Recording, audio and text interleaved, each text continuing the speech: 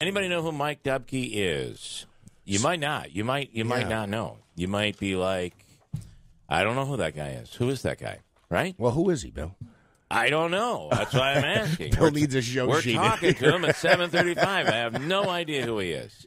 No, if you remember, Sean Spicer was the White House communications director, and then he left. And then came Anthony Scaramucci. Remember the Scooch, the Mooch, the whatever the hell he was. And in between, he was the White House communications director. Now it's Sarah, don't mess with me, Huckabee. Sanders, yeah. And in between Spicer and Scaramouche, there was Dubke. Okay. And he lasted for, I think he was there for like 10 weeks or something. And then I just kind of look at it like, oh, my God, I'm way too normal for this. I can't do it. But he is an awesome interview if you check around. So we hope to be able to deliver just that this morning with him at 7:35. So Mike Dubke is from Hamburg, New York. That's where he grew up out in Western New York and went to college at Hamilton College. That's and cool. will be in town this weekend. If you remember, I totally remember when Spicer left, we were all like, the new communications director is a Hamilton grad. It's something we talked about, and now we have him here. He's in town tomorrow. He is going up against what they're going to do. This series of speaking left versus right, which I think is an awesome. And we've been to a couple of them. They're really amazing at Hamilton College. So it'll be Dubke from the right, and on the left it'll be Perkins Coy, who served as general counsel for Hillary Clinton's presidential campaign. So they're gonna go head to head. I think it's going to be really cool. But we'll speak with Dubke and maybe Coy too. We're trying to get him as well. That's not going to happen. No. Okay. Couldn't make it work with the schedule. Couldn't you have told me before? I had everyone at the edge of their seats. They're just sitting there like, oh my God, this. I is could have let him huge. wonder a little bit longer. But Dubke we do have, and that'll be 7:35-ish, sometime after the free money question this morning. And he spent 103 days at the White House. We've been very fortunate to get some pretty big political people in the last couple of weeks. Right? Yeah, absolutely. Yeah, it was. Even Jeff was in an eye. He's just looking there. His mouth was wide open, like Totally speechless. I didn't even think you were going to be here, Bill, for 3 weeks. Let alone 3 weeks of big guests. It just baffles me. I thought you were going to follow it up with like a good job to somebody. Oh no! I don't give. We don't do that. Pat people on the backs. I think all those big guests Positive were farmed out reinforcement. anyway. Angelo, I would though. Angelo, I would, and Davey. Everybody else, pull up your own pants. Dubke, by the way, I'm pretty sure close with Karl Rove. He founded Crossroads Media and had long ties with Karl Rove.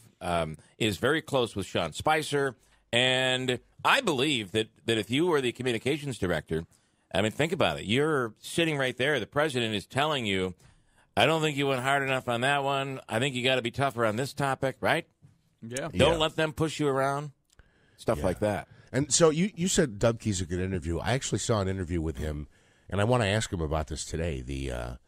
Like what happens when you're sitting around, you're preparing to talk about something, and then all of a sudden the president starts tweeting, right? And the media's attention goes from whatever yesterday's or today's news was to here's the latest from Trump.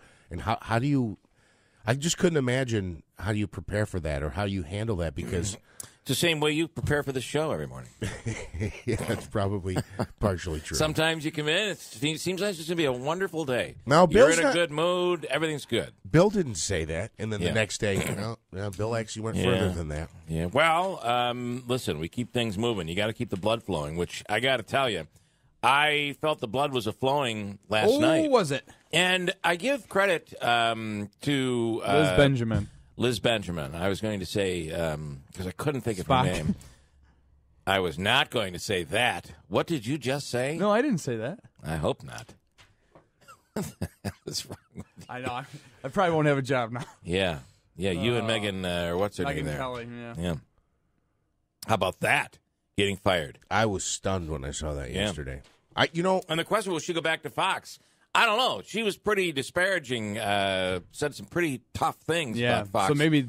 And it's listen, I think she was completely innocent in what she said. But if you're at that level, if you're going to be a national television host, you kind of have to know why certain things are a problem in the United States. Like coming in for Halloween with a Hitler mustache. That probably is not going to be something that's going to go over well. And I think you kind of have to know that blackface has a history in the United States, and it is a very difficult, touchy issue with African Americans. I think you kind of have to know that, right? Yeah. So do we have the audio on her? Because I think there's an important distinction in what I'll she play it. I have it. I'll get meant into it. and what she actually said. I got to tell you, I don't think she meant anything bad. I don't either. What she said. I think the problem here is that she didn't know she didn't know why it wasn't something that she shouldn't be saying. I think that's really it. But NBC, we noticed it yesterday when the program was pre-recorded. Like I've never seen that before. That show, I've never. I mean, she hasn't They been left a little reminder up there, enough, and they left it up there. And then all of a sudden, later in the day, we found out she was fired. Rachel Sutherland standing by right now. I'm very disappointed, Governor Cuomo. His bomb was not real, but the other ones seem to be quite real. And it seems like there might be more out there. Rachel, good morning. What do we know? Hey, good morning. Yeah, it does appear that there could be more out there. In fact, today, I wouldn't be surprised if there's a new wave. I mean, I don't have any inside information about that, but it appears to be the pattern until this person or persons is caught. It would appear that they could keep coming. One of my bosses was asking me yesterday, he said, well, why did Robert De Niro get one and Alec Baldwin didn't? And I said, wait till tomorrow. Maybe Alec will get his turn. Yeah, because if there's anybody... I wonder if some of these folks, like maybe Chuck Schumer, is bummed out he hasn't gotten one yet. Yeah, but, well, and that if you were watching that press conference, the original press conference, the aide to Governor Cuomo couldn't seem to... She couldn't wait to get up there, it seemed, to be able to let the governor know that he was a part of this. And it almost seems like you're absolutely right that they feel like they're relevant because they're getting these packages. Well, it is something that could definitely people can get swept away by their emotions in a situation like this. It is frightening, you know, when I saw the CNN headquarters being evacuated and, you know, getting texts from friends asking if Fox is okay, and it became clear that probably Fox wasn't going to be evacuated. Right. But at the same time, it's meant to terrorize. It's what it's doing. Some of these pipe bombs look to be like they weren't going to be detonated. We're still finding out and learning more. And at the same time, in the Twitterverse and then some of these pages like the Donald site on Reddit, there's a lot of conspiracy theories going around about who's behind all this, but we won't know until we know. Yeah, I mean, there's the idea of, could this be an influence campaign of some kind? Could this be someone that's sympathetic to the Democrats? I was watching a piece on Spectrum News last night, and there was a former FBI person saying how you can't exclude anything. And because, of course, it wouldn't be a Democrat, right, that would do something like this, or somebody that's sympathetic to the Democrats. He said you can't exclude that because it's possible in that world of reverse psychology that's what's going on here. It's nothing can be excluded. There are wingnuts everywhere on both sides. Yeah.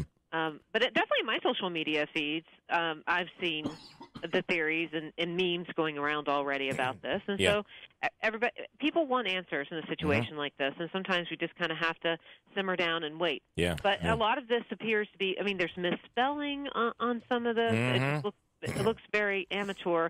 Maybe that's on purpose. Maybe it's not. And now one of these has detonated, which... It seems as if maybe the person isn't all that good at what they're doing. What's scary, though, is this type of thing can inspire people who actually know what they're doing.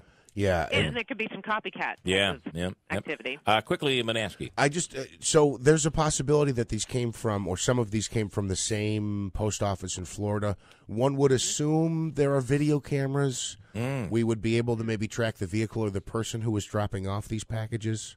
Yeah, that's a very good point. I do know that FBI agents are there at this facility in Florida. They're scouring this. They're looking over surveillance footage, as you mentioned there. There's a self-mailing kiosk there, so they ought to be able to see who's been doing what. And it seems like, I don't know, what is this, the third or fourth day of this? It just seems like, I don't know, I'm sure they're diligently doing their jobs, but at some point they ought to be able to find somebody. I agree. All right, Rachel. Chris Wallace saying he thinks by Sunday morning that we'll know who it is. They'll be talking about who it is. It's time for Fox News Sunday. Yeah. There you go. All right, Rachel, thanks so much. I appreciate it. Rachel Sutherland, Fox News. I do worry that there's somebody out there that's saying, oh, this is going on. This is a great idea. Let's copy it. And that happens almost every time we get into one of these issues. Yeah, this is kind of becoming like the anthrax scare, right? Yeah, and as a matter of fact, didn't the White House get ricin 2 months ago? Susan Collins did. I don't know about the White House. Maybe there was an attempt to send it, or it wasn't actually ricin. It was just an ingredient that's used in it. Yeah, and they thought that the White House actually got hit with this one. Yeah, but turns out this is going to people that are critical of the president. The other thing is when it was delivered, this box was delivered to CNN. It was delivered by courier, not by the mail. And so the thoughts are that that's a great piece of evidence because probably the courier isn't responsible. But the courier is going to take them back to the original source, one would think. So I wouldn't be a bit surprised if we find out who this person is today or tomorrow. I was going to say, I'm surprised it's kind of taking this long, but yeah, I mean, look at when we had the case in the Rome area of the correction officer.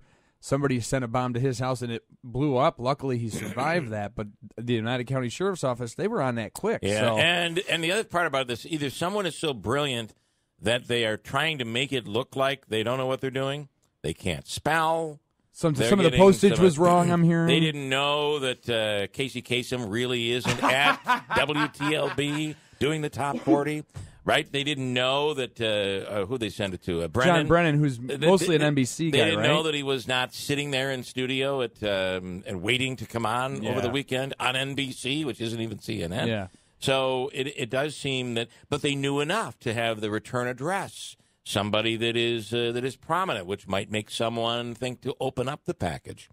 But soon, I just think we're going to find out soon. I agree. Or someone is that brilliant. We'll never find out. Then you know it was Hillary sending these things out, which is why she got one. Unrelevant. The Cuomo thing. Governor, I got you 48 hours of news coverage. It is unbelievable how that turned out to be nothing. That is just... It was a bunch of USB drives and papers. Crazy. All right, we have a lot to get into here this morning. Some crazy stuff out there, too. Willie Waffle with the weekend movies. This is Halloween weekend number 1. Halloween, of course, is in the middle of next week, and then Halloween weekend number 2. Trust me, bar owners are thinking about this right now. Mm-hmm. Halloween around here is a big deal. It's a big deal. And people spend a lot of money on Halloween. And $9 billion. And I'm not even talking about just the candy. It's the costumes, and some of these costumes are just way out there, and people are winning prize money and all of that. So it's a big weekend coming up here. Hold tight. We'll come back. Standing by on the line right now is Rachel Witter, chief meteorologist at Eyewitness News. And Rachel, good morning. I'm buying a kerosene heater today. Apparently, they're really safe and they burn clean because it's getting cold. I have to save the fish, right? I gotta save. That's what you're getting it for. No. I was going to say, not really. All right, what's going to happen? Do you think we're going to see some snow this weekend? It's tough to say. So this storm system is kind of complicated, as they all are. But this one, because it's running along the coast, it's pretty changeable in our area because we're going to be kind of on the outer reaches of things, which will basically make the transition from snow to rain. If we do get any snow, it's going to be kind of like what we've seen the past couple of days where it'll just like stick on grassy surfaces and it'll probably just be in the higher elevation spots. But rain and sleet are definitely possible starting as early as late tonight, and that's really going to take us through the entire weekend. Now, if that storm system shifted a little bit east, we'd actually have a very good weekend, but it looks like it's going to stick on its current path and end up impacting our forecast, at least for the weekend. And it's really setting the pattern for early next week, too. Yeah. I think it's going to be pretty gray, rain chances in there, and we're going to stay in the 40s through at least about the middle of next week. You know, this goes to show you, and by the way, if it does take the turn and it turns out to be a nice weekend, what do you mean by that? Do you mean 40s and 50s or 40s and 50s and sun, and which sunshine. we haven't seen all week. Yeah. So, but this really goes to prove what you've said. Every time I come in with a story, and I can't wait to talk to Rachel about the fact that the National Weather Service and all these other groups are saying that we're going to have a warmer than normal winter and fall. Mm-hmm. And when it was 80 degrees, we're like, boy, they were dead on. And now look at this. We've had 2 weeks of colder than normal weather. Yeah, it's kind of the law of averages. Yeah. So yeah. Everything kind of balances out. But the Weather Service put out their winter forecast, and that's one that I trust the most. Yeah. But it's still, kind of a shot in the dark to do 3 months out. So it does have us warmer than normal, but it gets cold here in the winter. Yeah. So warmer than normal will put us maybe a few degrees above freezing some days, but it's kind of, you have to take it as what it is. But well, I always say that we're in for a normal winter. That is when we're warmer than normal. It's warmer. It's warm enough to make things difficult for people like you, Rachel, who like the snowmobile. And it's still in the 30s, so it's not like it's beautiful out. So it's just a crappy winter. It's right. All right, Rachel, we appreciate it. Thanks so much, and we'll see where this thing goes. But probably cool, rainy, and gloomy is what she's saying for the weekend. So, okay, Colgate University is so interesting. Of all places, of all places, after Claudia was caught, after she was caught saying negative things about Colgate. There she is, which is not going to hurt her with her base at all, saying it's far left. But, the next night she's got to be at, 2 nights down the road, she's got to be at Colgate for this debate.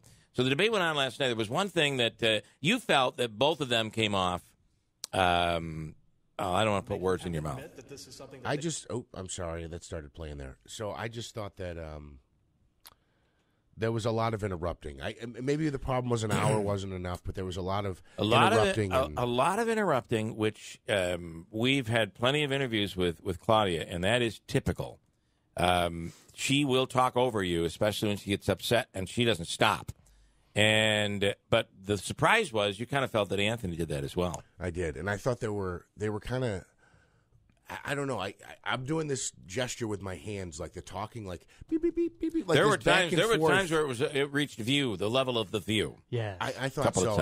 And at one point, Liz Benjamin, I thought she did a great job maintaining control. I do believe the audio person should be fired.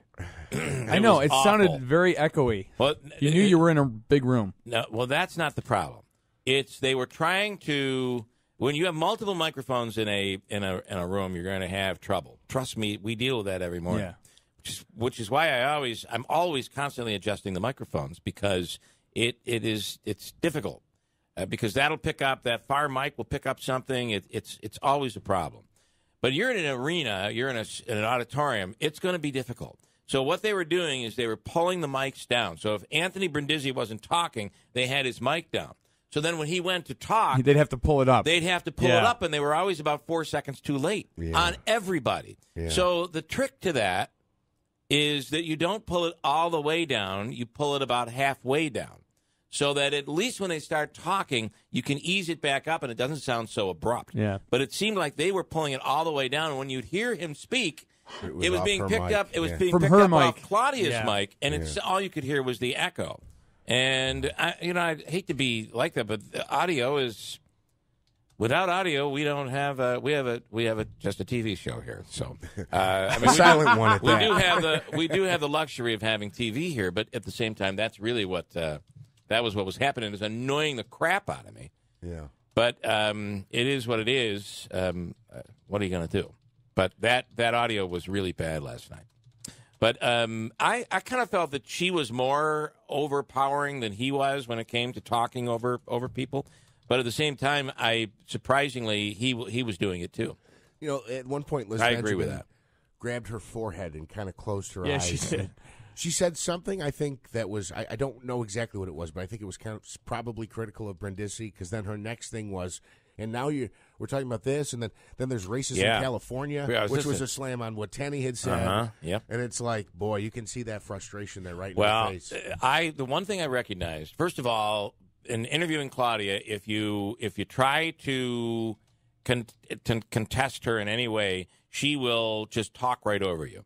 And that was going on. And I could see Brindisi. And oftentimes with Claudia, the topics will change. So she'll say, "You're guilty of A," and by the time Brindisi tries to respond to being guilty of A, she's already told you you're also guilty of B, C, D, E, F, G.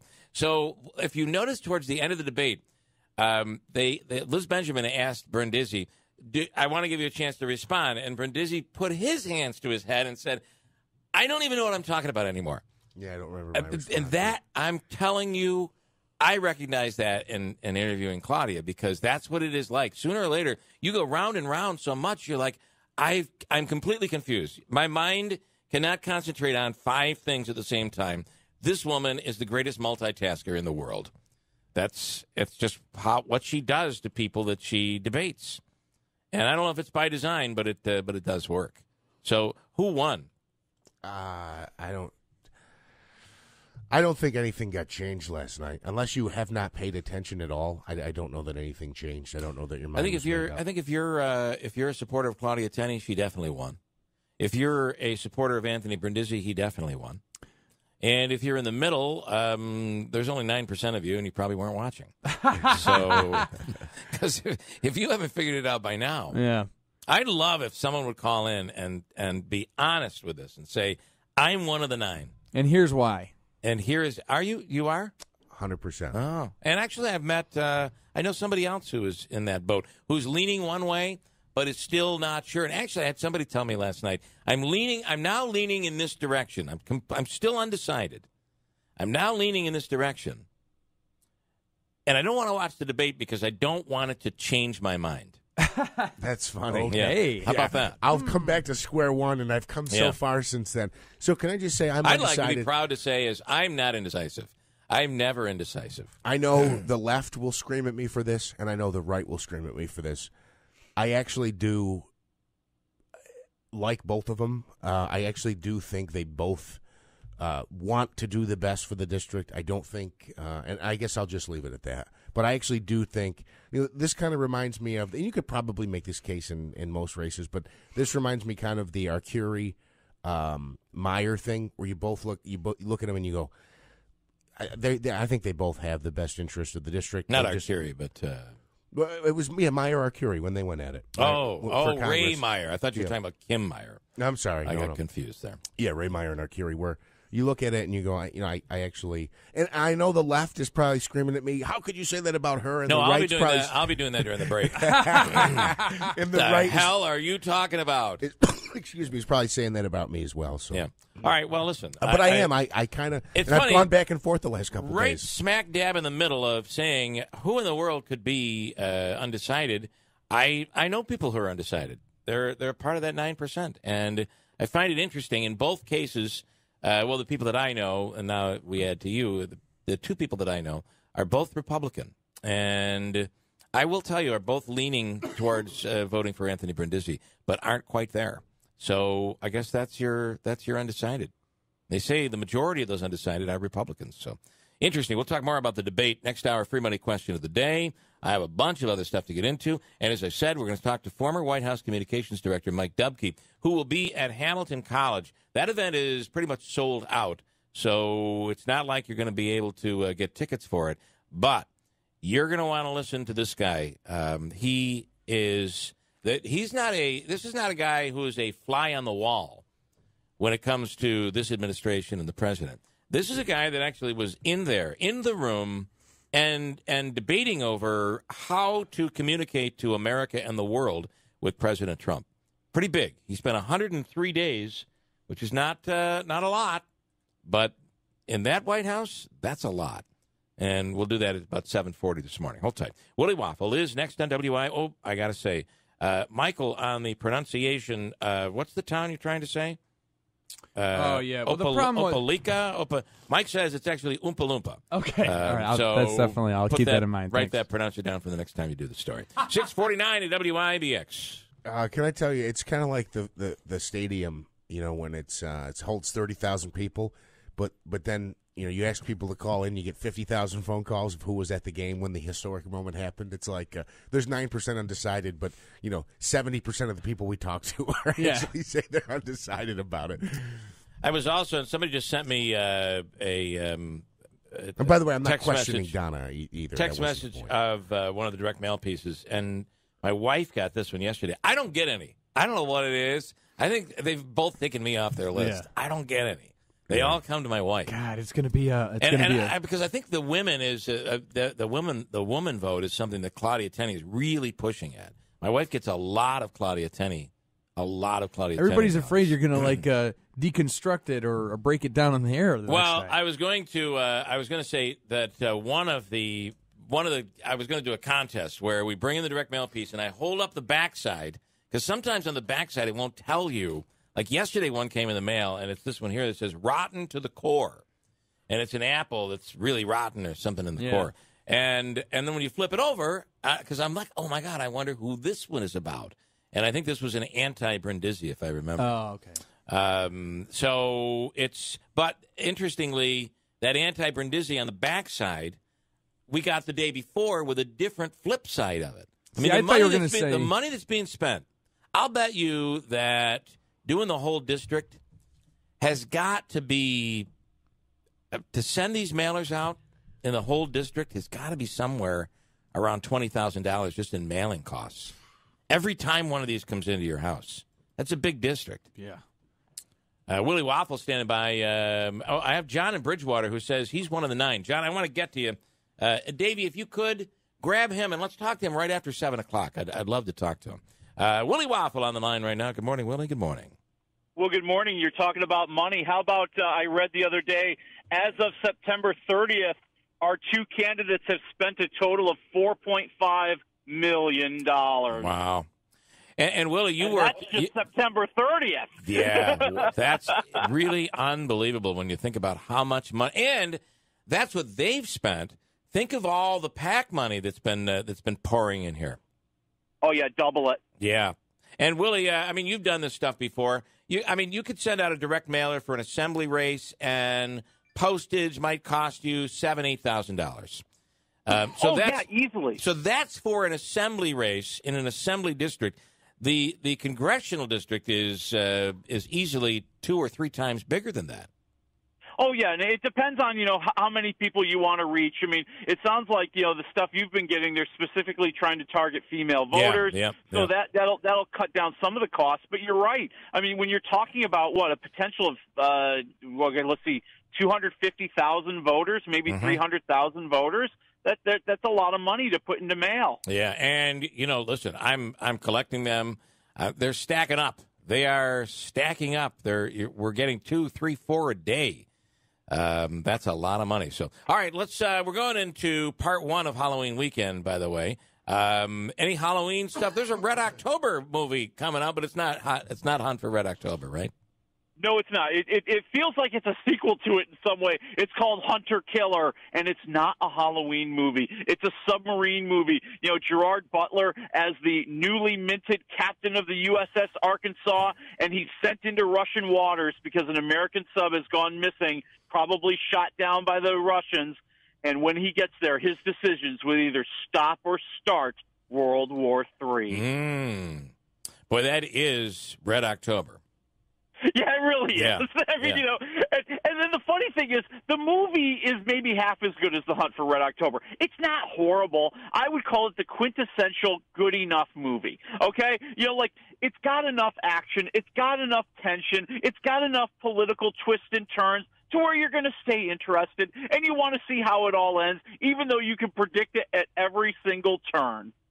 What do you give this blockbuster, Willie Waffle? I'd say 2 waffles. It's fine enough. Okay, it's fine enough. You can go to it. Get some good popcorn. Make sure you enjoy yourself. And of course, this weekend, the Halloween. You for those that didn't hear your review last week of Halloween, it's a pretty good movie, right?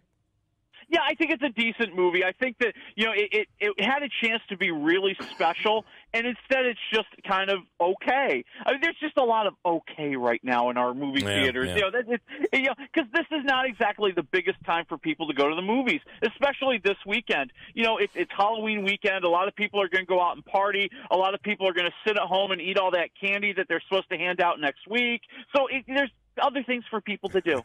There is one other movie that is releasing that we probably aren't going to see here, but yet anyway, and that's this Johnny English. What is that? Oh, yeah, Johnny English strikes again, the third in the series. Rowan Atkinson as the British bumbling spy, Johnny English, who has to be called back from retirement because all the other spies have had their cover blown, and he has to go after a computer hacker, even though he has no computer skills. I've seen the other two. This is the same guy who does Mr. Bean. Mr. Bean is a heck of a lot more interesting, a heck of a lot better character. This one is just kind of blah. Yeah. I didn't get a chance to see it either, and to that I say thank you, God. Okay. And Willie, finally, I want to switch back over to the congressional race. You're now living in the Binghamton area, so you're a part of this 22nd congressional district. And what's the feel down there? I got to be honest with you. There's not much of a feel in Binghamton. I mean, if I had to, if you had to put you had to put me on a lie detector test, I'd say most people are seeing the commercials, but they're seeing in their eyes two people from Utica. Yeah. Well, that sounds about right. I got to tell you something. That is monumental, in my opinion, because part of Anthony's stronghold is the Binghamton area, and if Binghamton doesn't get out, I don't think Anthony Brindisi wins. Binghamton's got to get out. Well, no, I agree. I mean, Binghamton, there's the college down here. There's the potential for a lot of those liberal voters to turn out for Brindisi, and he'll get them automatically because he's the Democrat. I think the real problem is Claudia Tenney. You've been the congresswoman for 2 years. What kind of roots do you really have in Binghamton? I mean, she brought Paul Ryan, the Speaker of the House, to Binghamton and didn't do a public event. They did a fundraiser. Yeah. All right, Willie, I'm going to talk more about that, but that is a very big factor and very, very interesting. Willie Waffle, it's wafflemovies.com. As always, we appreciate it. We'll do it again next week. All right, talk to you next week. Bye-bye. Thanks so much. He knows politics. That's a big factor. We'll talk on the other side about that. Coming up at WIBX Utica Rome, John in Bridgewater is one of the 9% that is undecided on the fence when it comes to the congressional race. And, John, so what's your struggle here? Hey, Bill. Good morning. I have no clue. I'm on the fence. I've been a Republican for 47 years, diehard, and I'm really on the fence on this one. I don't know which way to go. I know what I'd like to go for Mr. Brindisi, but then again, I don't know. It's that struggle. It is that struggle of. It's interesting when you look at the polling. Anthony Brindisi's negatives went up by 10% from the August poll until now. Right. And that is there's only one place you can give that there's only one source that could come from, and that's the constant negative commercials. Right. So that has worked, and I do believe that for people like you, the fear of him getting in and betraying you and becoming a Nancy Pelosi rubber stamp like you're seeing in the commercials, that's what makes you struggle right now. And another thing, Bill, that I don't really agree with is all these polls and stuff. They say, well, this and that. I don't half the time. Look what they did during the elections for the president. They said they had Hillary winning. She got beat. Can you trust these polls? I have to tell you that, and we talked to John Zogby about this. The polls, and you'll hear the president how wrong the polls were. The polls were not really wrong. Oh. They were dead on. Remember, the polls are a popular vote, and they hit it almost exactly at the end. Wow. Now, weeks before, they had Hillary way out in front. And you know what? I do kind of think she was. But through all of that, people just got so sick of Hillary Clinton, and maybe it was a lot of those negative commercials. Right. I don't know, but the polling was not that wrong. So for you, John, to get you to cast your vote for Anthony Brindisi, what does I'm not sure the struggle goes away. What can Anthony Brindisi say to you? Because he's on TV saying, I won't support Nancy Pelosi. So how does he say something that gets you to trust him? That's the big question. I believe that. I don't think Nancy Pelosi, she's a bad character. And I don't know. I'm just going to have to continue on listening to him. And then, but I really don't think I'll vote for the windbag. So. Okay. Wow. All right. Okay. Well, just wanted to say for the record, I didn't say that. I did. You did. All Thank right, you, John. Bill. Bye. All right. Thanks.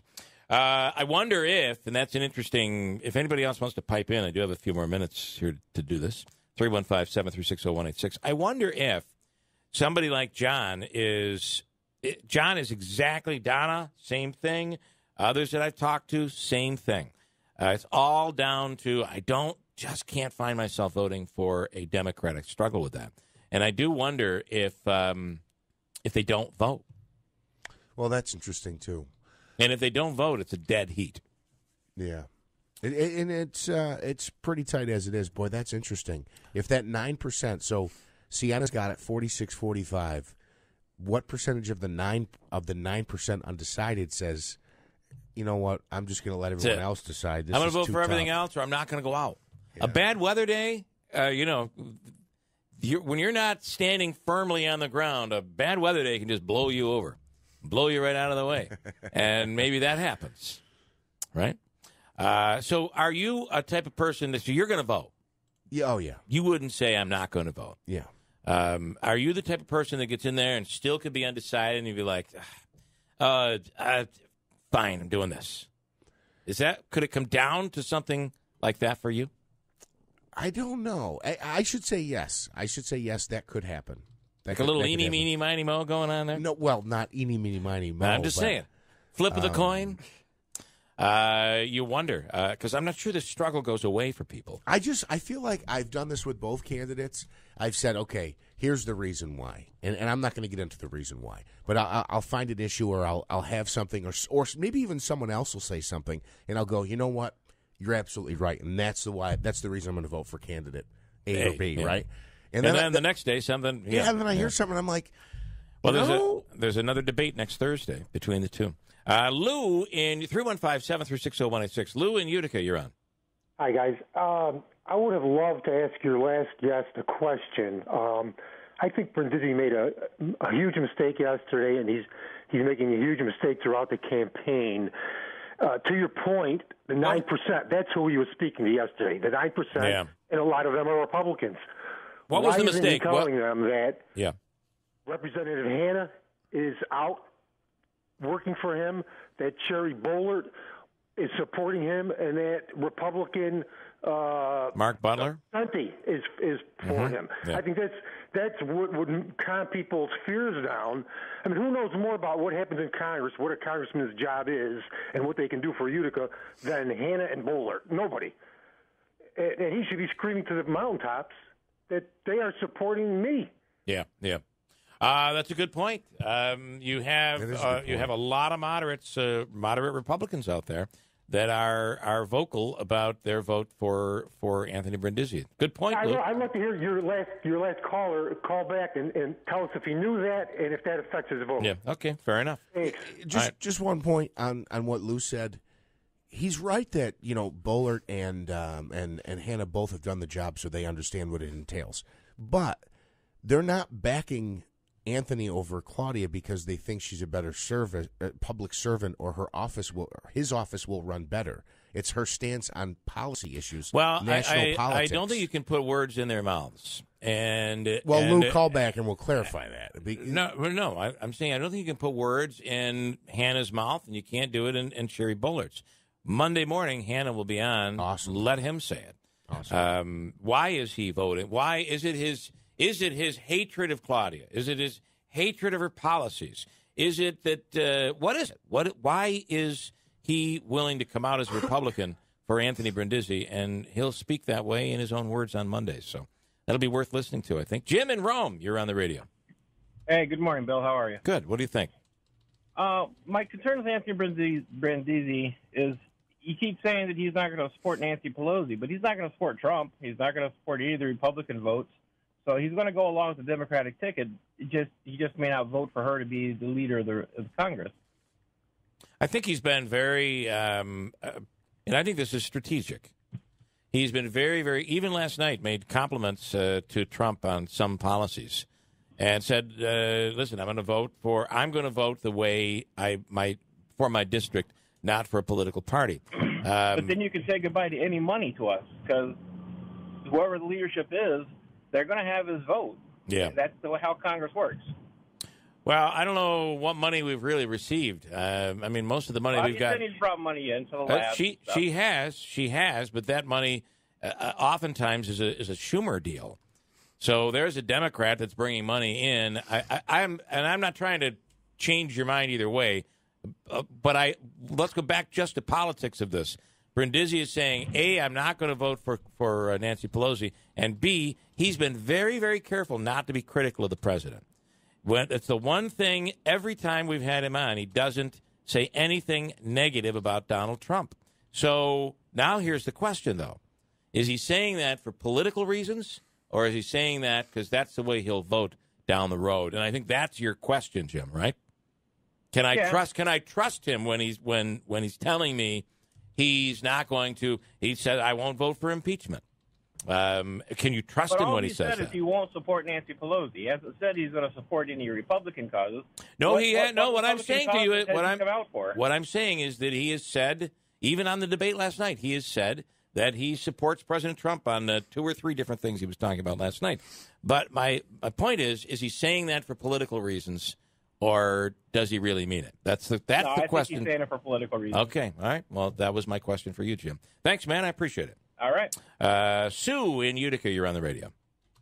Yeah, I just want to make a comment. My husband's been involved with American Legion, and he's had Claudia Tenney.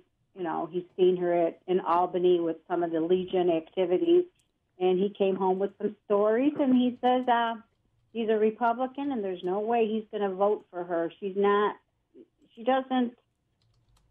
talks through both sides of her mouth, and she's not very supportive of some of the things. And plus, he says her attendance in Albany when she was there, how many meetings did she miss? I mean, she just, I don't know. Is your husband a Republican? Oh, definitely. Oh, he is. Okay, all right. And he's not backing her. And I think there's a lot of Republicans that are going to stick by their guns and go with Brindisi because they see what a phony she really is. Right. Sue, does your husband support President Trump? Last night we were watching the news and we saw an interview with Robert De Niro, and I don't know if you guys saw what he said. What did he say last night? I did not see the news last night. I was getting ready for the big debate. Well, they showed clips of Robert De Niro speaking at something, and you know how he was sent a bomb, and this was prior, and he said he is a blanking idiot, and he's our president. You know, yeah. And my husband says he hit the nail right on the head. Oh, so your husband is anti-Trump, a Republican who doesn't like Trump. He just can't. He says he's an idiot. Okay. All right.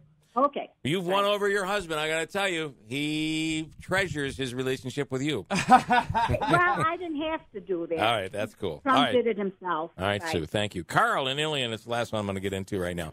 And I got to tell you, coming up in a second, we're going to speak with Mike Dubke, who is the former he's the former Sarah Huckabee Sanders, the former Sean Spicer. He was in between Spicer and Scaramucci, and we have him on the radio. He's coming to Hamilton College this weekend, and they're doing a left versus right series. It's part of that series, and it's always awesome. Tickets are pretty much sold out for that, so this is your chance. We're going to speak to him coming up. Carl, what do you think on all this? Tenney versus Brindisi. Bill, I live in the Valley, and can you just speak to this? I had a lot of people tell me on the street, if Anthony Brindisi gets elected, then Remington's going to go out of town. You find any possibility of truth to that statement? I don't. Do you? I do not. Yeah, I can't. Why would that be? Why do you think that is? Because that's my question, Bill. It doesn't make any sense to me. Yeah. Well, he voted against the SAFE Act. However, his NRA rating was reduced to an F because he had voted for, or he's before universal background checks. But listen, I hope Remington's there for a long time. You know, my father was worked there since before I was born. So I hope Remington stays for a very long time. How do you answer that question? Excuse me, I don't know. I have a cold. Yeah. That's how I answer. I'm not exactly sure. I don't know why it would just up and leave. I would say, Carl, you sound like Louis Armstrong. That's what I'd say. I see Remington. Yep. Gonna stay. Ain't going nowhere. Not today. One day, Andrew and I are going to do a Louis Armstrong off.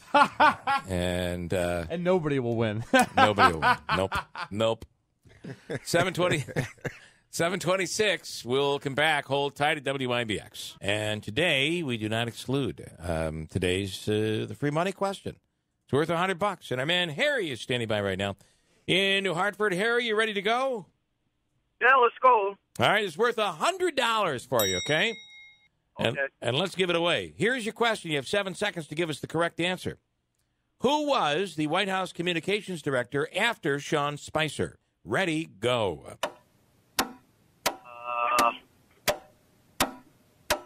Kellyanne. You're going to go with Kellyanne Conway. You know I've been promoting this all morning long. I was hoping that the problem is nobody knows, nobody remembers Mike Dubke. But I wouldn't have known. Yeah, that's. I've been talking about him all morning. Actually, he's standing by on the line. We're going to speak with him next. But Harry, listen, I got to tell you, we're going to give you a 72 Tavern and Grill gift card. It's worth $25 gift card, and of course, that's the 72 Tavern and Grill over at the Adirondack Bank Center. I love the tuna tartare, the burgers, the wings are great, the food is great, the tots. They have loaded tater tots. You got to try. Harry, sit tight. Davey's going to hook you up, and you enjoy your weekend. Okay. Okay, thanks, Bill. Thank you. Thanks so much. Davey, take care of him. Well, I'm going to take a break before we go to him. Quick break. By the way, Whitesboro, there's a whole Holland Patton. They're all playing tonight in high school football. We'll go down that list a little bit later on this morning. But I think the Whitesboro game is on Spectrum tonight. You could see it on TV. Okay, we're coming right back with Mike Dubke, former White House communications director. He's the former Sarah Sanders. And it's next on WIBX. All right, very excited right now to speak with, he is the former White House communications director. And to put it all in perspective, he was after Spicer and before Scaramouche. There he is. Mike Dubke is a Hamilton College graduate. And I remember when that all went down, that the new press secretary was communications director was a Hamilton grad. He's on the line right now. Mike, good morning. Good morning. How are you? I'm great, and I understand you're going to be in town speaking with students and faculty at Hamilton. Yes, going to be back up on campus on Saturday, facing off with Mark Elias, who is a former Hamilton grad as well, and was Hillary Clinton's general counsel during the last campaign. So that will be it's funny because we're trying to keep track of communications directors in this presidency, and there have been a few, although it does seem like all is steady right now. What was that like? It had to be quite an amazing experience for you. Being in the White House? Yeah, well, amazing experience can mean a lot of things, but it had to be an amazing experience. It was a wild ride. I will say that. It was. I was the president's first communications director. I was there for a little over 100 days. As Sean Spicer used to say, I was there for 10 Scaramucci's. That's funny. So a lot of what we did, at the beginning was kind of in terms of setting up the communications department and all of that. I hate to say I take credit for the way that's gone forward since I left, but a lot of what we put into place and the people that we hired are still there and still fighting for the president. Yeah. Of course, there was that, and we spoke with Sean Spicer a while back when he was doing his tour, and yes. Talked about that unbelievable day where he came out and scolded the media, and it was about the size. It was about what was that day like?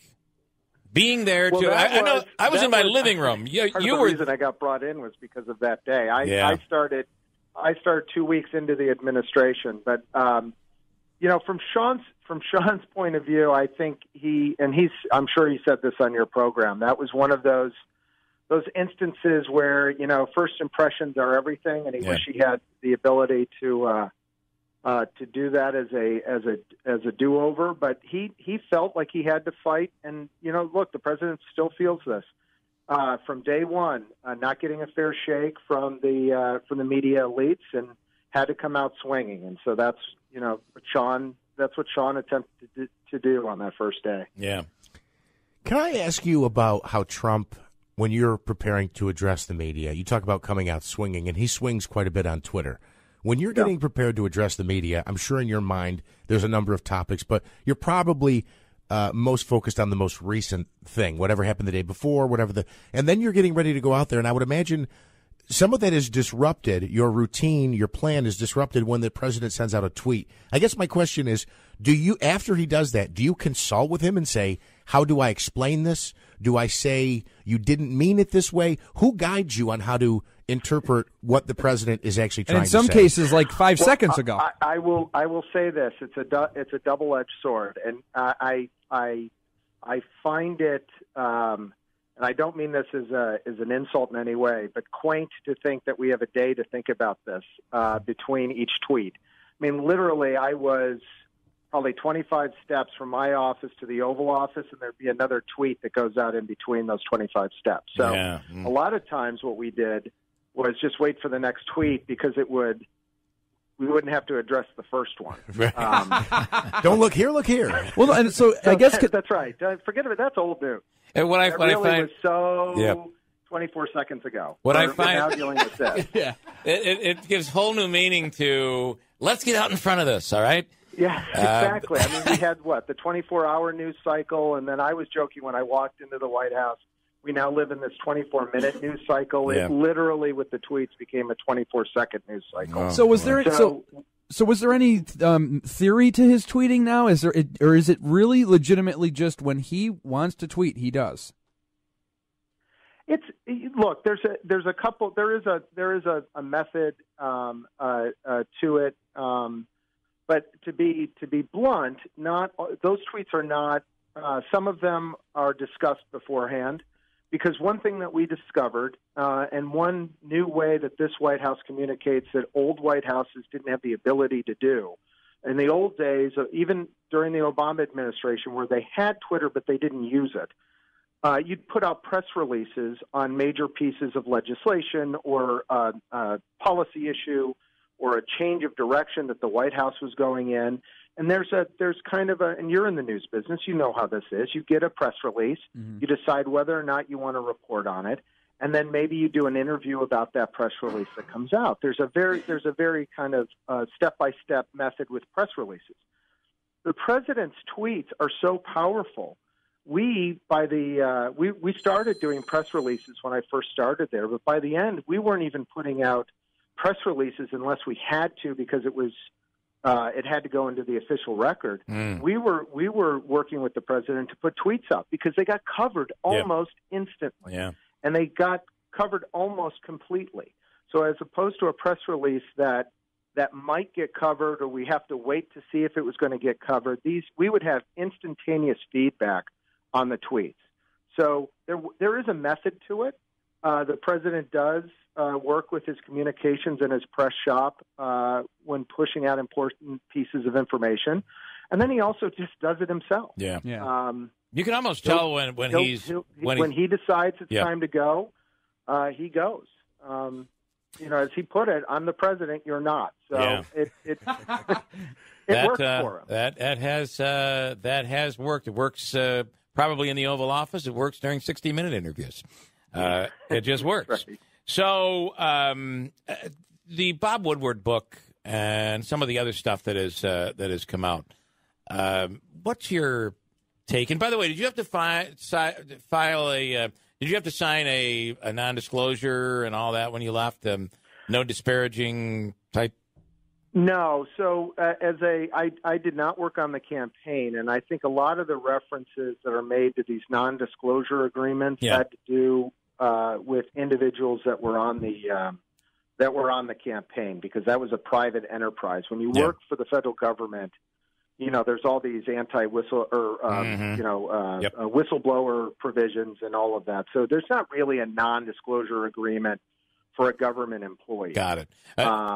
So that I think a lot of folks are conflating what people on the campaign signed as opposed to what government officials. It is hard to keep track, though, and they're conflating that for their own purposes. So no, I did not need to sign that. Now, obviously, there are certain things that I became privy to that I need to not disclose for national security purposes or whatever. So there is that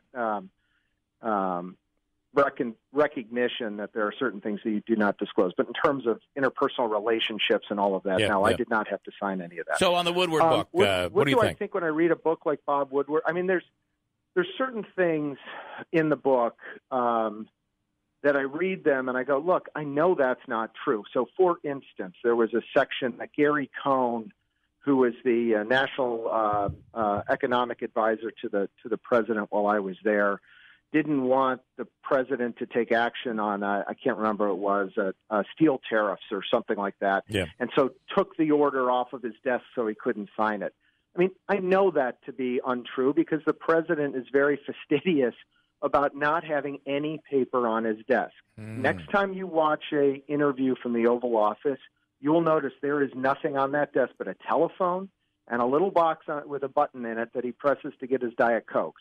I mean, there's literally nothing else on that desk. Is that true? That is awesome. There's a red phone, and then there's the Diet So that Coke. red button is for Diet Coke. The Diet Coke. Yeah. But the phone is black. Yeah. Ever since Batman retired, they said, "What are we going to do with this phone?"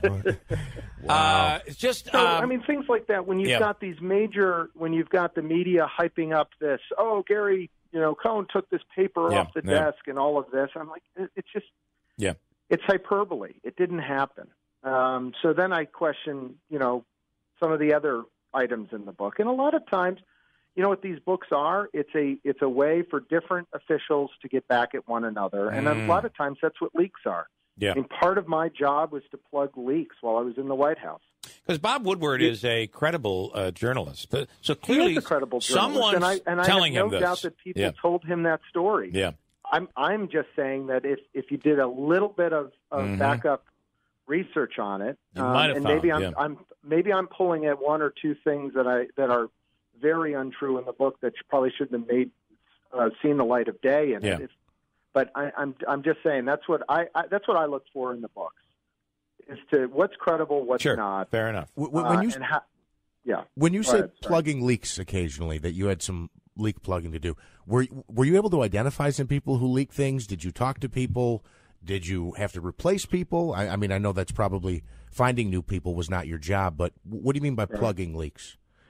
Well, finding out why certain pieces of information. So, for example, Sean Spicer and I worked very closely with each other. I was the communications director; he was the press secretary. And folks, well, what's the difference? And the easiest way I can explain is the press secretary deals with today, and the communications director deals with the messages of tomorrow. So, if I'm developing what we hope the White House is going to be talking about in the next week or month, and somebody puts out our plans or leaks them to the media, that's very distracting, but also destructive to our overall goal of crafting a message. Yeah. So what I mean by plugging the leaks is figuring out why somebody did that and who that person would be. And generally, folks leak for one of a couple of reasons. Either they've lost a policy debate and they're mad about it, so they leak their idea out in order to get it into the public domain so people talk about it. Wow. They leak because they're upset at one of the other people and want to paint them in a bad position. Those are generally the two major reasons people leak. And then the third one is obviously they're leaking for some national security reason. They think this policy is bad for America or whatever. That anonymous op-ed in the New York Times is an example of that. Yep. That generally is like less than 5% of the leaks. Pretty much everything else is you're mad you lost a policy debate or you're pissed or upset at somebody else. I will ask you, speaking of the New York Times, that op-ed, did you ever feel nervous for the country like that op-ed claims? I'm sorry. Do I ever feel what about service to the country? Did you ever feel nervous for the country, for the state of the nation, basically because the President Trump was president? No, like that op-ed I did not. in tense, that you didn't feel that. And you were there. You were right in the middle of it all. Yes, I was there. I was in the Oval Office almost every day. I did not. A lot of what is. There are a lot of good people in the White House. There's a lot of good people in the administration. Yeah. The president encourages vigorous debate. Now, I use that as a communicator. You can fill in what I may mean by vigorous debate, but unlike how he's portrayed in the media, that there, I keep hearing this thing. Will no one stand up to the president in the White House? Is there no adult left? Yeah. It is so wrong. People speak their mind in this White House probably more so than past White Houses because the president encourages it. Yeah. He encourages differing opinions. So I know that those opinions are being put out there, and I know that these debates are happening within the government. And I think it's very difficult to say that you're nervous about the direction of the government when you've got folks who love America who are talking about the direction that country should go, and it is not a dictatorship. It's probably the farthest we've had in terms of this level of debate at the highest level in front of the President of the United States. So, no, I'm not nervous. Were you ever uncomfortable? For instance, because there are those moments that have happened. It's certainly moments in every presidency. But in this one, it just seems the president shoots from the hip oftentimes, and maybe that gets him into a little bit of an issue from time to time. But for instance, the press conference over the white nationalists when he said, well, there were bad people on both sides.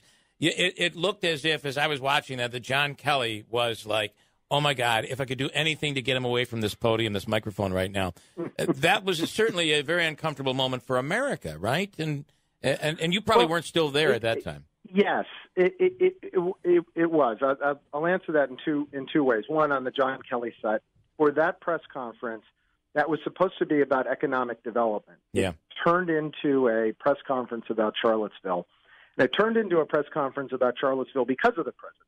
The president felt that the media was misinterpreting what he had said 4 days earlier. Yeah. And what happens, I mean, I would love for him to have just dropped it and stopped talking about it. In fact, if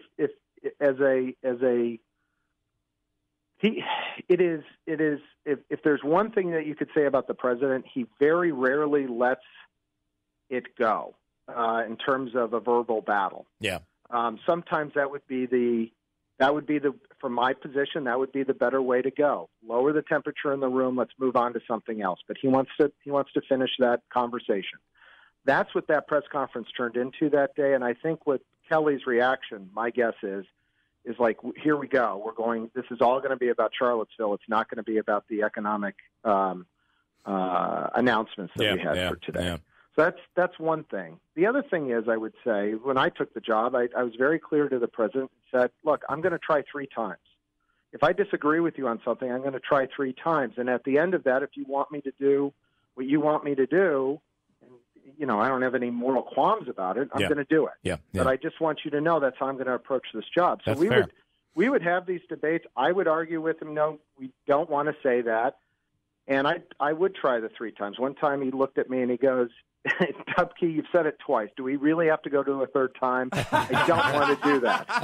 So, it was so that type of interaction with the president happens, and it happened. And I know General Kelly he'll stand up for what he believes in there. Yeah. But you get these one-offs where, somebody's leaning against a wall and puts their head down, and then the media says, "Oh, he's disgusted with what the president's saying." He could have been tired. My guess is he was upset that we're not talking about the message that we wanted to be talking about. Yeah. And frankly, it was a bad. The president should have left that alone. Yeah. He shouldn't have re-argued it, and I think it was to his detriment. But we're going to disagree about things like that. That's fine. Have we reached this new place where, and a lot of it is, I do think there are people within the administration that we've never had a president speak the way this president speaks, call people names the way this president does, go out after victims, and because these issues a lot of times almost always are political. So there might be people that feel the decorum is gone, and so the question would be, is it gone? Is this the new way of politics? And I have to tell you, what the president is doing right now is brilliant for these midterms. He's brought back those key issues that will really, really energize his base, from transgender to there are Middle Eastern terrorists coming in with a caravan of people from Honduras, and they're going to do bad things in the country. That stuff seems to work. So take all of that and bundle it into one question if you can. There's a lot there. I will answer your question this way. I think President Trump is the most transparent president that we have ever had. Yeah. And by that I mean he says what's on his mind. He isn't trying to think, how can I not say what I really mean? He says what he really means, and that is refreshing. I think that was part of the reason he won in 2016. The used to say to folks, if you love the way Washington works, you were going to vote for Hillary Clinton. Yeah. If you wanted to blow the whole place up, that's why you voted for Donald Trump. You may not agree with him on every issue. You may not think that he's right all the time. But if you were unsatisfied with the way Washington was, let's put this, Donald the Disruptor. Let's put Donald Trump in there and see what happens. And I think that's what we've gotten, and he understands that was the mandate, not just from his base, but for all the other folks that voted for him in 2016, and he's followed through on it. So that in itself is refreshing, that a politician is following through on what they said they were going to do and how they said they were going to do it. It's funny, we always seem to get what they were really thinking, what they were really saying, and the vulgarities in 20 years, 30 years after they left office, and some sort of a tell-all or recordings. I mean, look at the stuff that Johnson said that was recorded, and it was, some of the things were terrible. But this president, I'm not sure those books won't be worth anything because it's all been writing history now. It's already out there. Yeah. It's live. It's live television. Yeah. You don't have to wait. It's how recorded. Yeah. There's no DVR needed. It's live. Mike Dubke is the former White House communications director, and we will wrap this up because you have to understand we're piggish. We will take you as long 4 hours. As long as we can keep you on. Our 2-day special. Yes, exactly. It's we really appreciate it. So I'll wrap it up. I know you got to go, but I was going to Karl Rove. You were close and probably still are with Karl Rove. He's somebody that's certainly a true Republican, but one of those Republicans that does not always compliment the president, is not always with the president. Have you guys discussed, and what are your thoughts on Karl Rove? Well, I know Karl. Karl and I, the funny joke was when I started, everyone was saying exactly what you said, that I was close to Karl Rove. He actually, when I left me a nice voicemail saying, Mike, I know we've met, but we've got to get together because everyone keeps thinking we're in cahoots with each other. I actually didn't know Karl all that well before I went into the White House. But I will say this for what he's doing on the outside after leaving the Bush administration and the work that he's doing now. He is somebody that wants to make sure that there are folks to support a Republican president in the White House, in the Senate, and in the House of Representatives. So he's been, since he left the Bush administration, he has been working to ensure that Republicans get elected all across the board on the federal and the state level. So from that aspect, I applaud the work that he's been doing. Yeah. You might remember back when Obama was president and they had control of the House and the Senate, and the big story was it's the end of the Republican Party. It's all over. Wow, what a difference a couple of terms. What a second half it's been, you know? Crazy, yeah, right? Well, as a Bills fan, I wish I wish we had a better second half. I'm not used to living through these where you have victory at the end, but. Yeah, well, listen, we get to the big dance, we just can't win. That's the problem. Yeah, trust me, yeah. I know, and I'm a sucker for punishments. And not only am I going to be speaking with Hillary Clinton's general counsel on Saturday up at Hamilton, but I'm taking advantage and driving to watch the Bills play the Patriots on Monday Night Football. Well, let me tell you. In Buffalo. So it's going to be my whole Western New York, Central New York swing.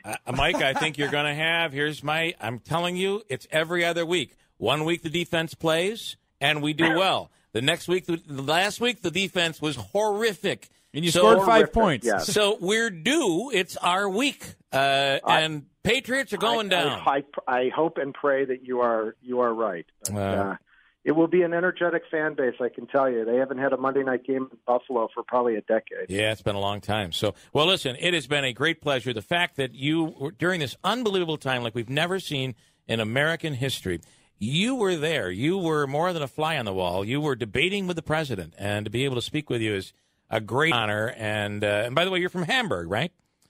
Hamburg, New York. Hamburg, New York. So obviously a Buffalo Bills fan and a Hamilton grad, and we really appreciate your time. Well, you're too kind, and thank you for the opportunity today. All right. Well, good luck this weekend. Thanks so much. All right. Okay. Thank you. All right. Bye-bye. Bye-bye. I want to start with Richard here this morning from the Observer Dispatch, Richard Barrett. And good morning. Tight on that microphone. Good morning. And Accent Magazine. So Accent Magazine. I believe Ray Halberter is on the cover of this. He is.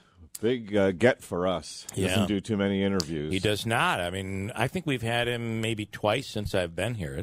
He's a tough interview to get, and there's a lot of information that you get when you talk to him. Absolutely. We covered a lot of ground. Yeah. We talked a little bit about the settlement, them being an economic engine for the region.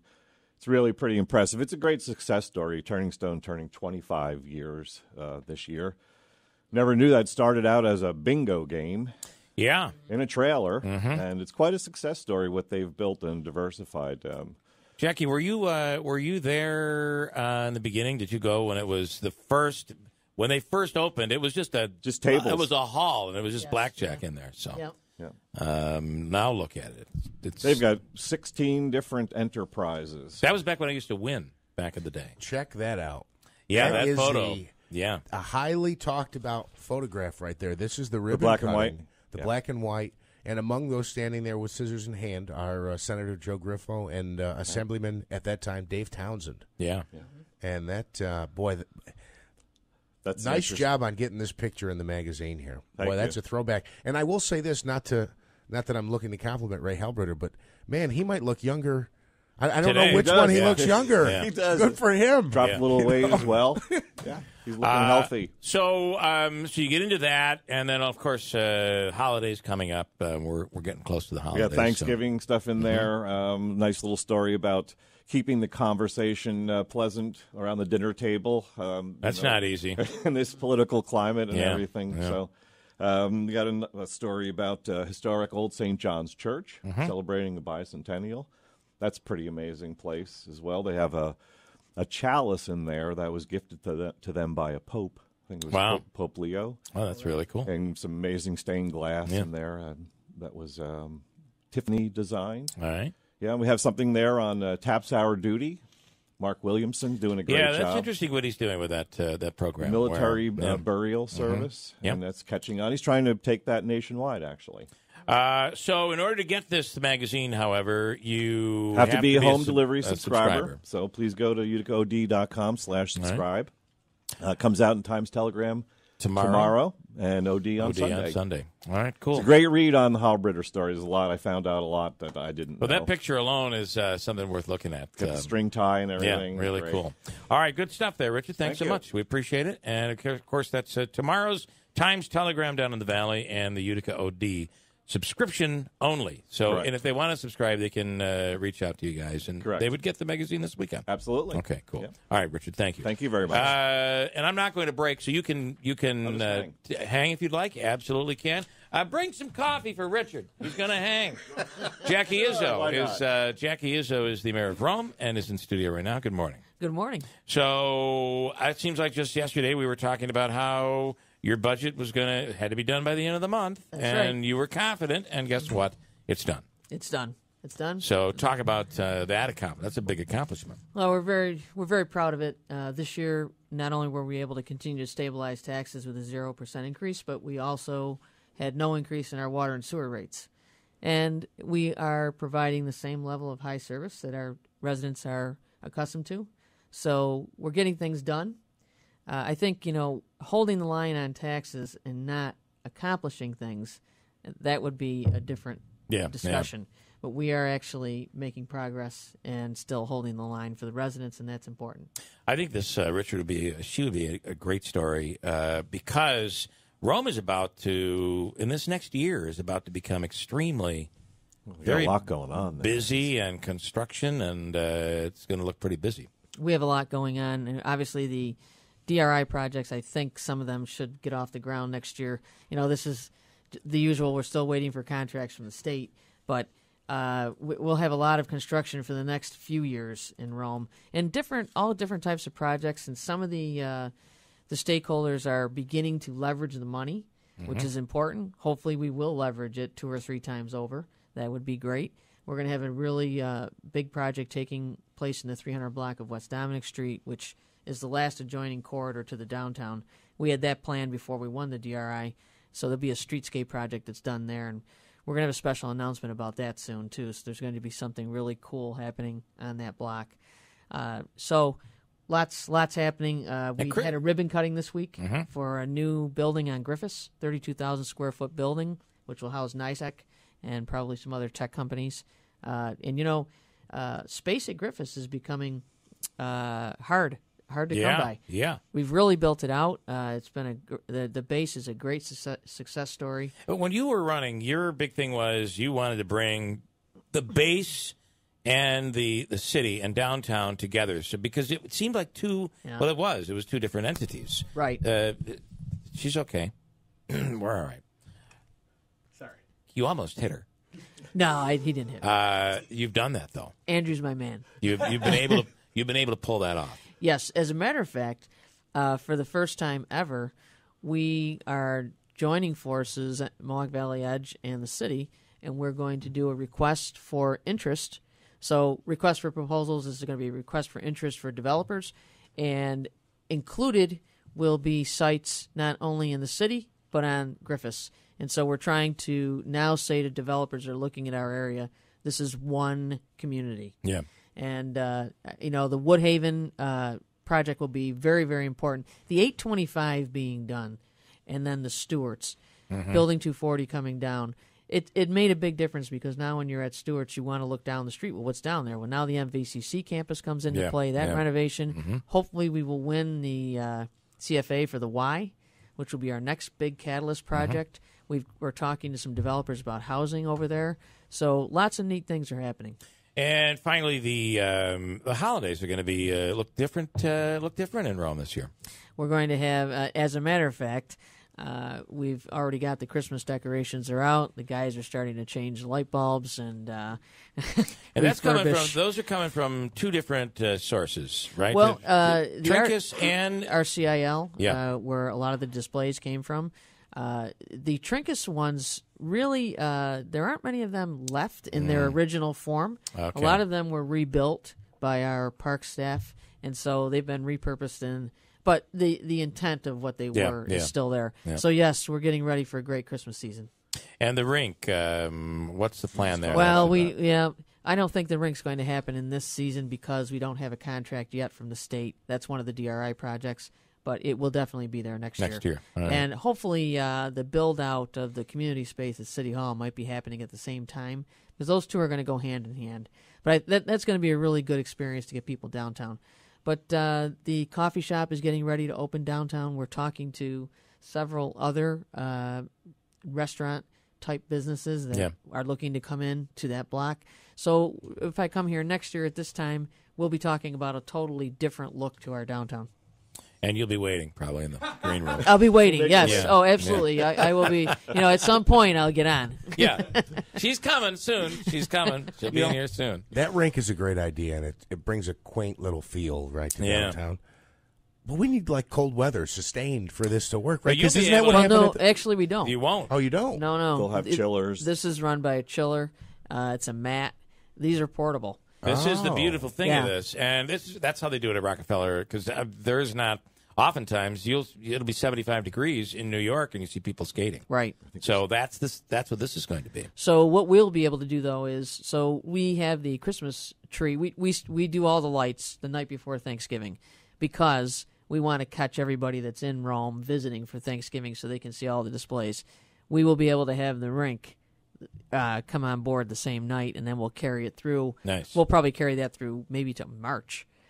It's going to be a really nice asset to the downtown. Awesome. Yeah. All right, and that'll be next year, though. So that'll be next year. Don't keep your skates in the box. Yes, I don't.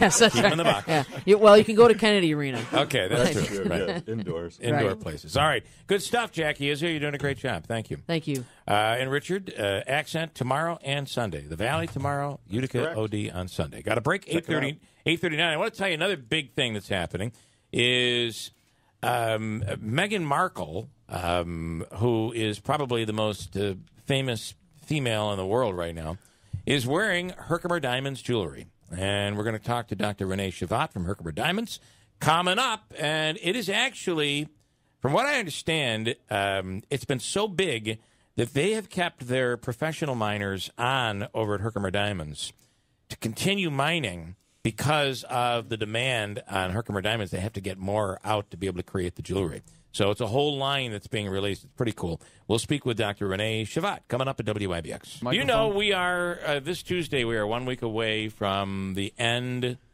of all of these commercials. At least until January 1st. And I am gonna miss the little woodchuck that comes out with the alligator and Claudia. Yeah.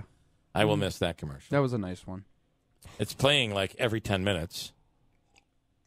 Sorry, that is. And there's a direct mail piece that matches it. I'm pretty sure. There is. I saw it. I actually got it. We got it. It's funny now. They're spending so much money.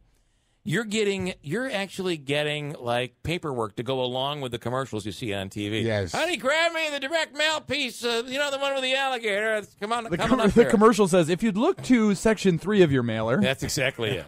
Yeah, it's so crazy. That's funny. Standing by on the line right now is Dr. Renee Shavat from Herkimer Diamonds. And Renee, good morning. Good morning, Bill. How are you this morning? I'm doing well. First of all, our condolences on the loss of your dad a few weeks back. And he was a great man, especially from the Valley. If you're from the Valley, people knew your dad. Well, quite a legend, quite a diamond in the rough, unparalleled. Thanks, Bill. Thanks for the sentiment. I'm actually in New York City right now. Looking at the beautiful horizon, but I missed upstate New York.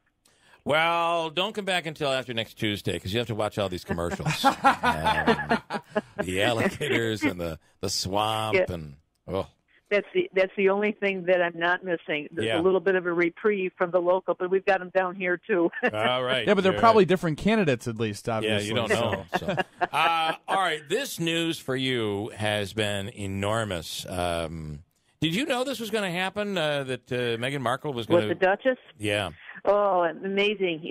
We've been working with, we've got about 60 jewelry designers, Bill, but this one designer from London, Miss Pippa Small, she's an anthropologist, she's a humanitarian, she's a gracious woman, and we knew that she was, with our help, doing some designs. She was commissioned by the royal family to do some designs for the Duchess. We knew that they were coming out. We just didn't know when. She has the material. We didn't know she was wearing it to the wedding last week. And, of course, with all of her international travel, it's really hyped up, the sensitivity to all of this. So, little warning, but not a lot. So, but from this, this is really shedding a light on this line. And from our conversation a week and a half ago, you're needing to keep the professional miners in an extended stay right now over at Herkimer Diamonds. Well, a couple of things are happening, Bill. Not only has this line spurred an awful lot of international enthusiasm, so we need to pull more material, extract more material for this one particular line. But what also is happening is many other designers from around the world, including our own in-house designers at the diamond mines, are creating some lines that require some additional material. So yes, you're right. We generally we close our mines down for our tourism on November 1st, but for our commercial miners, we generally leave it open until the 15th of November. But I think we're going to do two things. One, we're going to leave it open right through the holidays, weather permitting, but also we're going to be opening up another section of the mine, which will not only be extended for our commercial endeavor, but also for tourism for next spring. Wow. That's cool. Yeah. Yeah. Of course, you had the fire, and that was devastation for you guys. But you've been able to turn that into something brand new. And I do work for Renee on some video work, and I have to tell you, the transformation there is unbelievable. If you've not been there since the fire, wait till people next spring get a chance to see what you guys have created up there.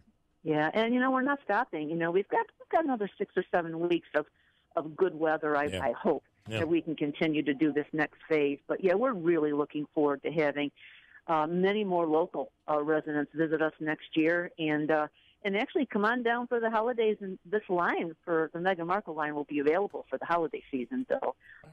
We're taking orders on it right now, and I think a lot of people will hopefully appreciate the organic value of the Herkimer just the way this Duchess does.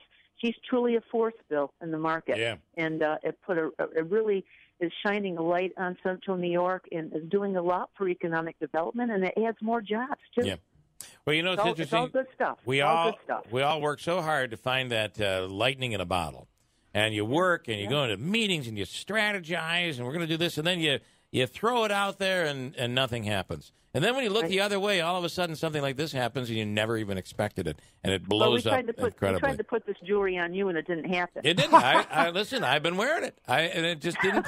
People didn't pay any attention. You put it on her, all of a sudden it's a big deal. It's crazy. All right. Hey, we really thank you for your interest. It really has aided the economic development of our region, more jobs, more intrigue, and you know what? In all of this political stuff going on, it does take the edge off of. It makes us a little bit.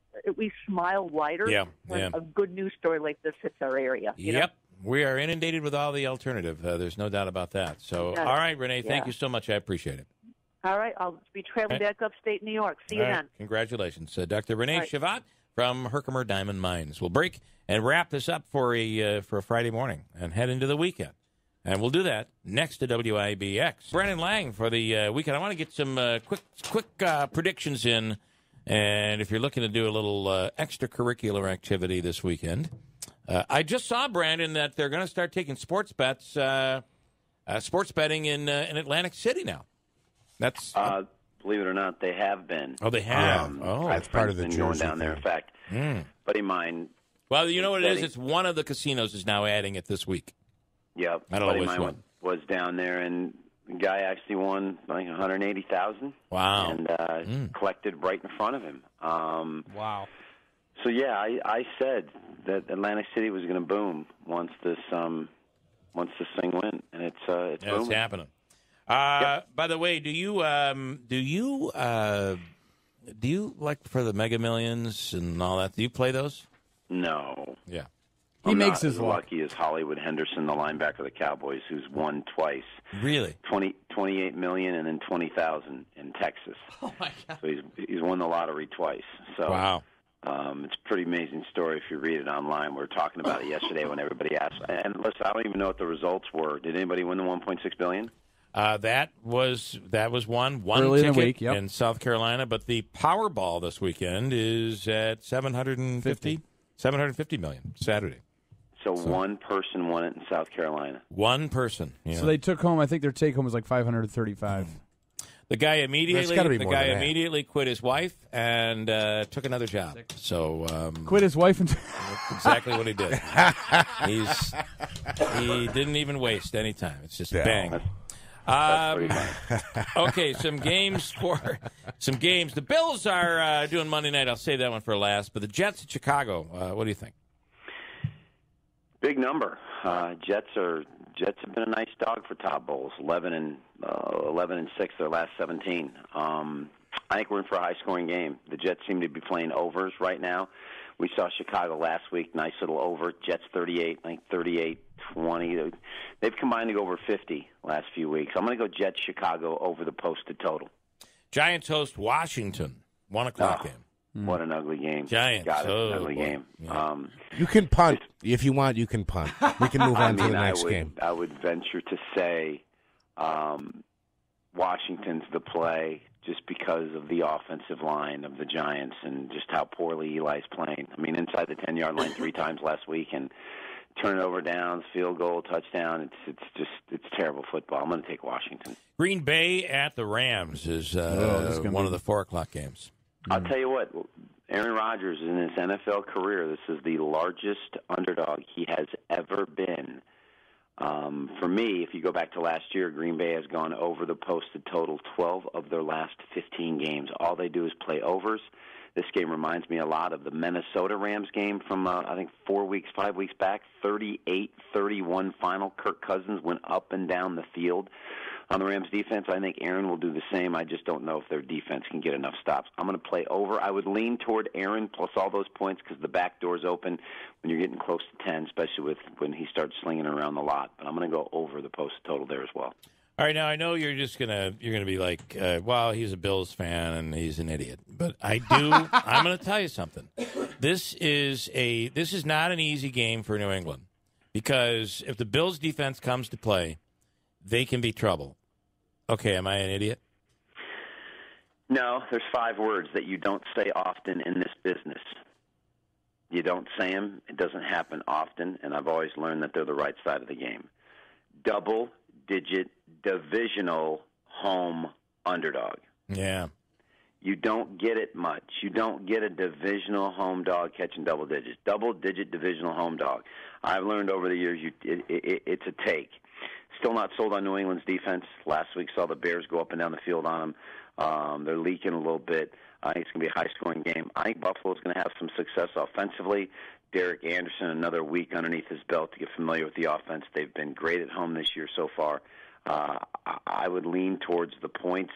But, again, it's a pretty bad – I'll probably do something with the halftime play. But I would lean toward the points.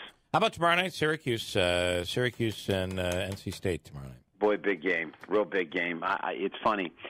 Syracuse comes off that emotional win, the overtime win.